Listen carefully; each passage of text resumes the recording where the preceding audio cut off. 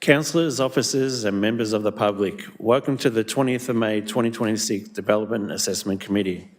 In accordance with Moorabool Shire Councillor governance rules, the meeting will be live streamed. We have currently Councillor Ward and Councillor Minari online. Councillor Sullivan is not yet here, and all the rest of councillors are present. I get confirmation of the minutes from the last meeting. Can I have a mover? Councillor Bingham, a seconder, Councillor Berry. All in favour? Carried. Matters arising from previous minutes, there is none. Presentations, deputations, there is none. Disclosures of conflict of interest, there are none. We move along. 9.1, development of a dwelling in a heritage overlay at 11 Edgerton Place, Mattingley. We have a written submission by Leo Valance, which is all in front of us, and we have one speaker to it, Toby White. So if you'd like to come forward, Toby, push that in front of you, the green light will come on, and then you've got 3 minutes.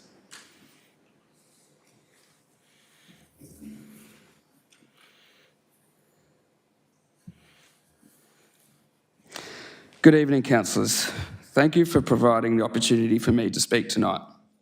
I'm speaking on behalf of the interests of my client in support of the recommendation to approve the application for the development of a dwelling at 11 Edgerton Place, Mattingley.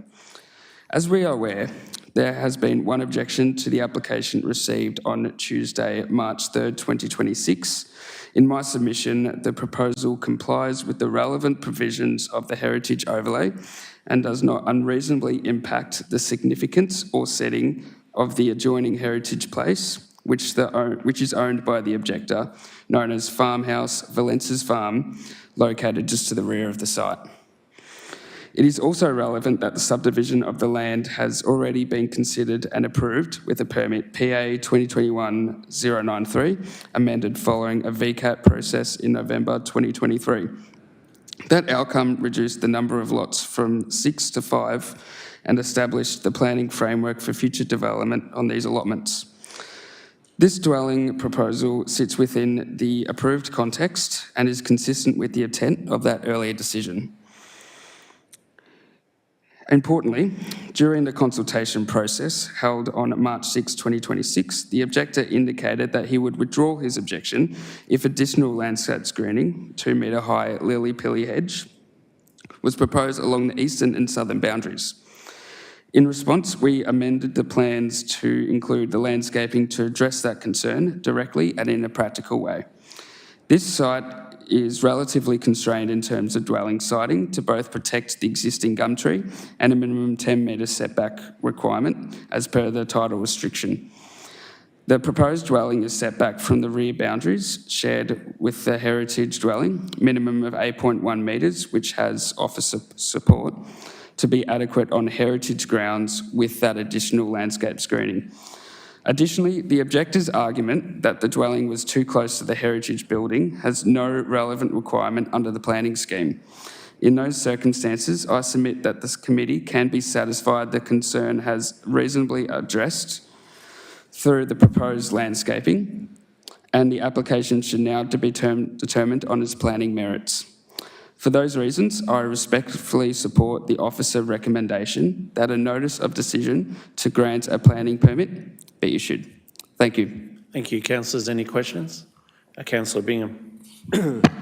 Thank you. Firstly, were you present at the mediation? Yes, I was. Okay, great, because I'm going to ask you a question about that. So in the mediation, what was the objector's proposed setback from the rear boundary?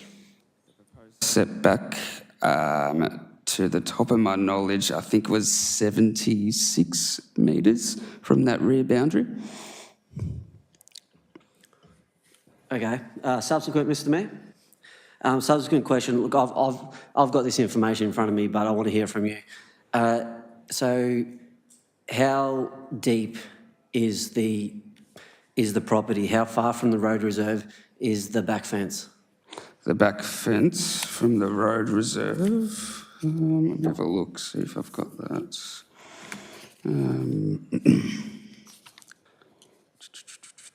I guess I'm just trying to work out how, and the objector has updated his objection to 100 metres, by the way, for your information.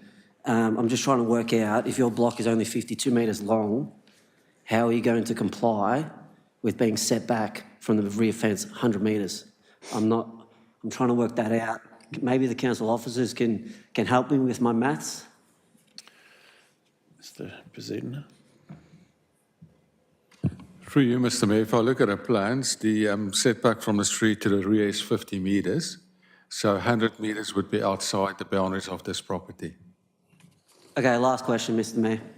Yes, Councillor Bingham. Yeah, so my question is, why was this objection taken so seriously?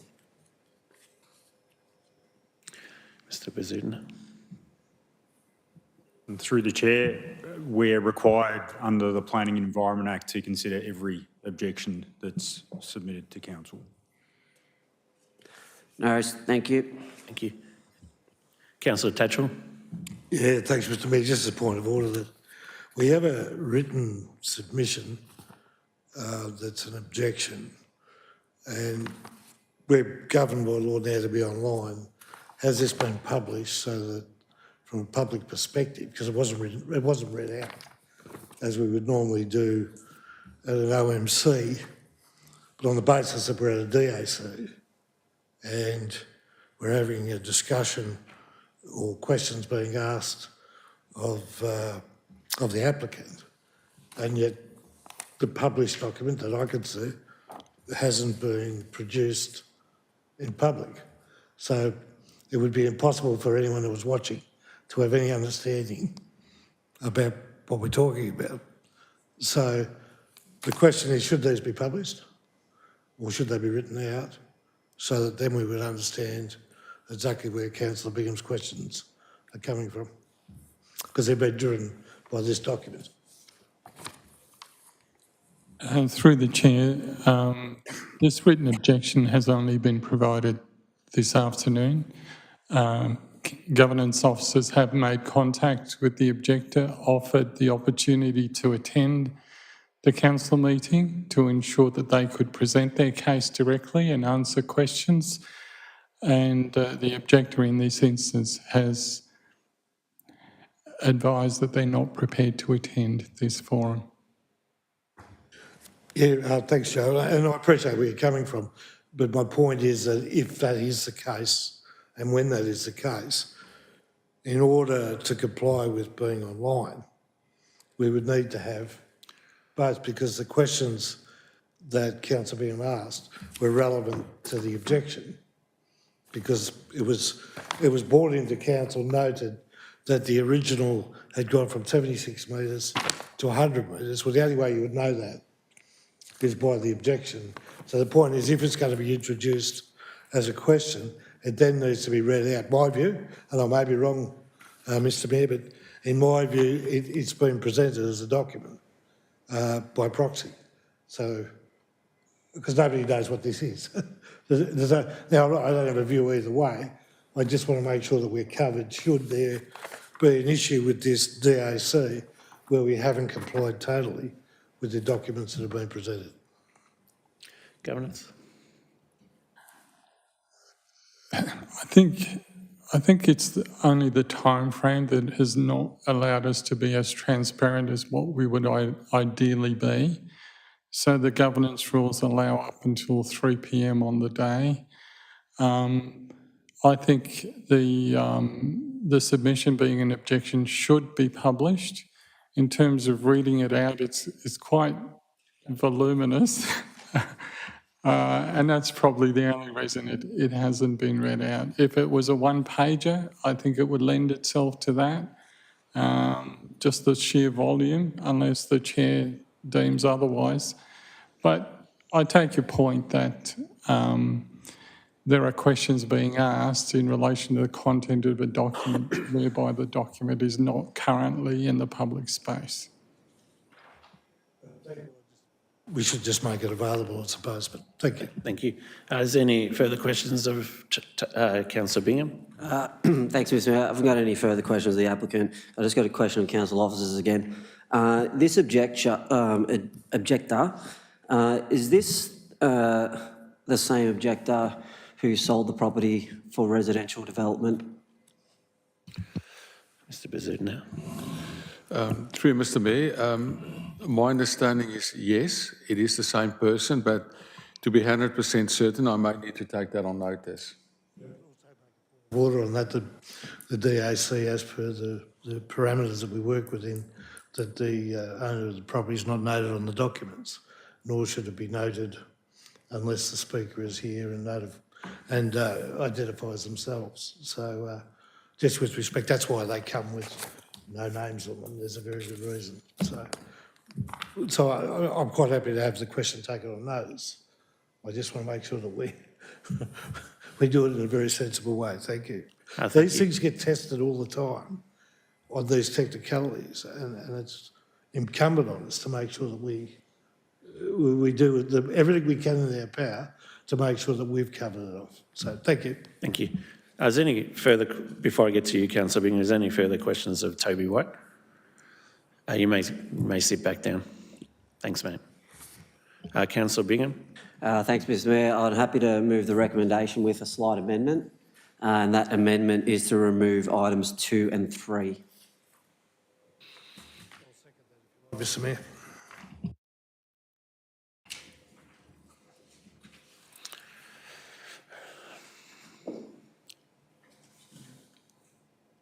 Mr. Bazudna?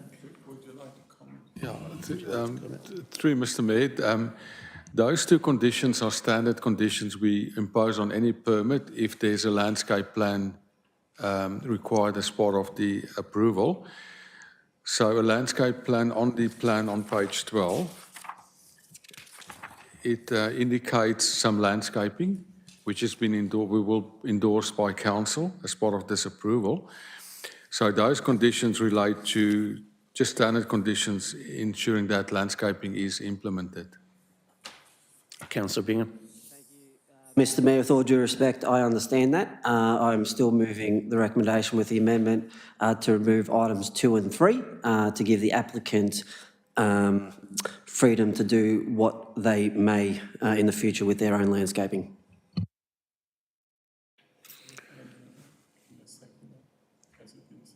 Yeah, Councillor Tatchell. Anyone opposed? All in favour? Carried.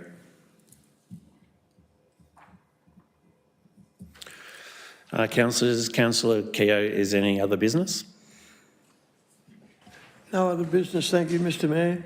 Councillor Tatchell, is there any other business? Yes, if I could indulge you, Mr Mayor, I noted at the last DAC that we hadn't had any planning applications. In fact, we had a duplicate from November to December, and basically we're in our 5th month now. This is the first one to come back, and really would have only been here with the exception of the anomaly of the objection, which there was an anomaly anyway, which put our planning department through the hoops on work that didn't need to be really done. But as H had said, that we're required to deal with these objections as they happen. But further to this point is that I'm not sure that the public are aware of the changes within the state government that has caused this, where we're normally this time of year, especially in a growing shire like us, we would have 3, 4, 5, up to 7 items on our DAC, and that's what the DAC was designed to do. And of course, the issue now under the fast tracking process and the ability to go straight to the state government in a all care and no responsibility basis, because ultimately the problem ends up back here if it ends up a VCAT case or if there's an issue in terms of an objection. It still comes back to our planning department, which is adding excessive costs to our department where we're not beneficial of the revenue. It is the most underhanded cost shift you can possibly do. But not only that, as I said earlier, it is all care and no responsibility. Ultimately, the buck will always stop here.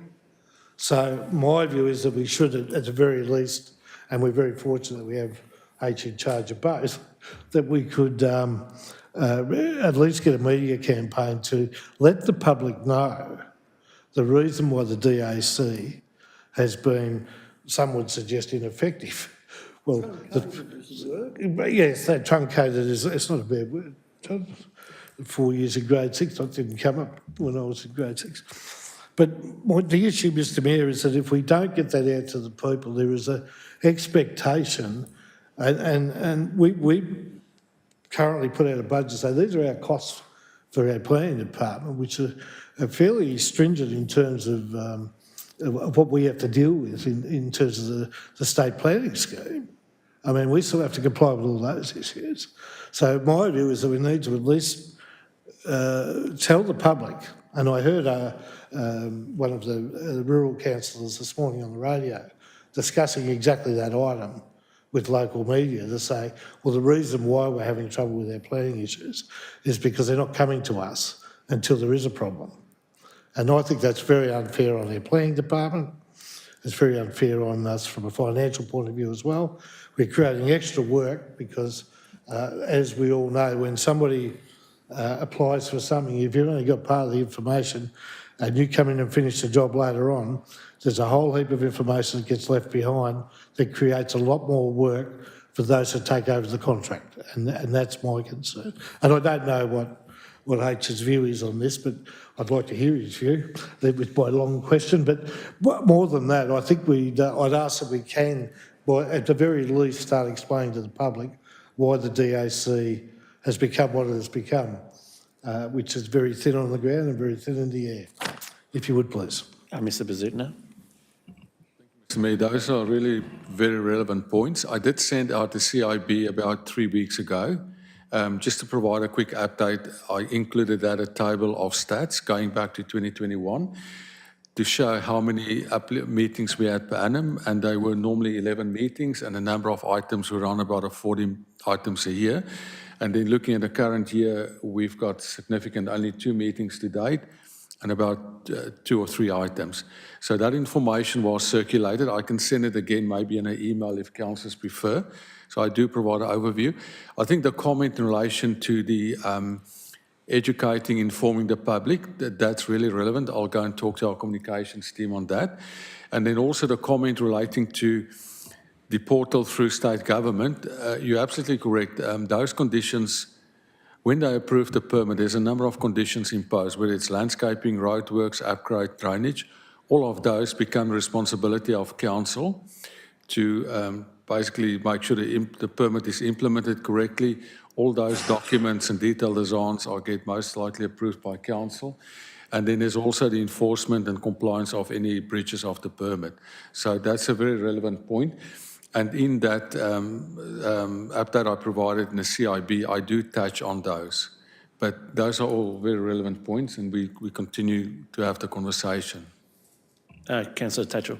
So subsequent to that, Mr Mayor, I think also we could start putting out some media releases on some of the pros and cons of this.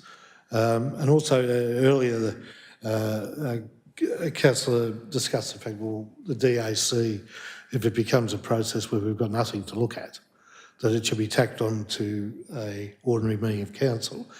The issue I have with that, Mr Mayor, is that the parameters and the terms of reference within the DAC are completely different to an OMC, and that would create, I think it would create problems for any of the applications that are objected or otherwise to come to an OMC, because we would not be able to use the discretionary powers and the ability to have a discussion that we do have with the DAC compared to an OMC, where basically there would be a 3-minute discussion with the inability to question any of the players within the room. And that's the reason why the DAC was created, to open up those discussions And I think H would agree with me that it reduced a lot of our VCAT time and in fact reduced a lot of our costs in terms of chasing small items where we'd have a very small solution could have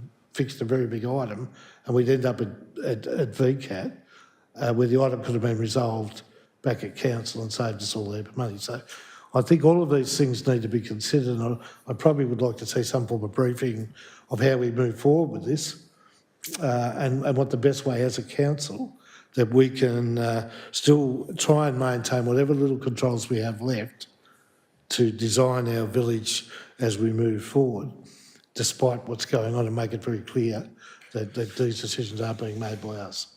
Thank you. Mr. Bazudna, you want to respond? Thank you, Mr. Mayor. That's noted. I'll talk to the CEO to set up a briefing and governance. No worries. Thank you. Councillor Kerr. Thank you, Mr. Mayor. To comply with the what Councillor Tatchell was saying, why couldn't we have, on the same night as the OMC, rather than, I was saying to attach a planner's report onto the OMC, have the OMC, then we have a DAC meeting. We still save a lot of meeting times Governance. and travel times. Through the chair, I really don't want to preempt the briefing because that's the whole point of presenting options available. There has been discussion with our auditors very recently, and there's been discussion about DAC, the terms of reference, delegations.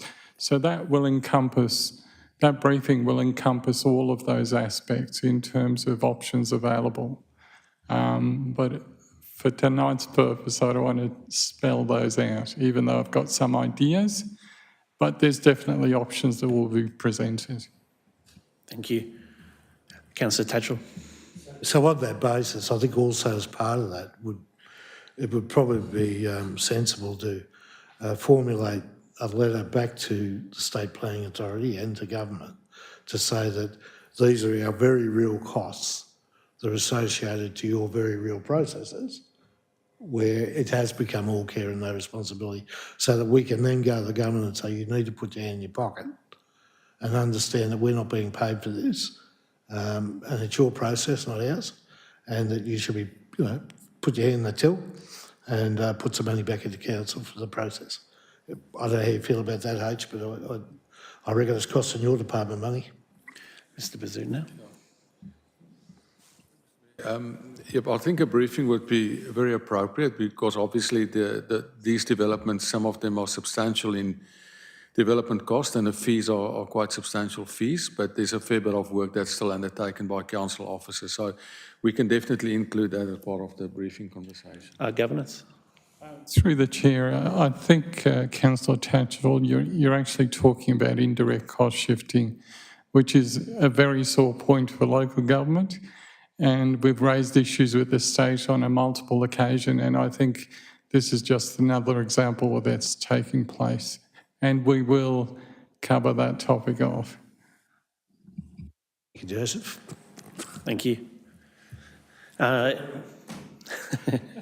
Councillor Ward, any other business?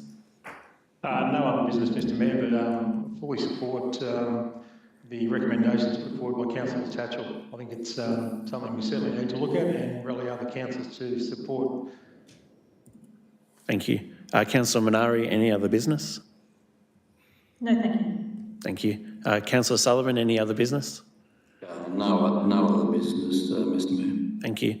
Councillor Berry, any other business? Thanks, Mr Mayor. Yeah, I fully support what Councillor Tatchell's talking about. I think we briefly had a conversation today with governance about conversations in the audit and risk meeting that have raised different situations around DAC meetings. So that's all. Thank you.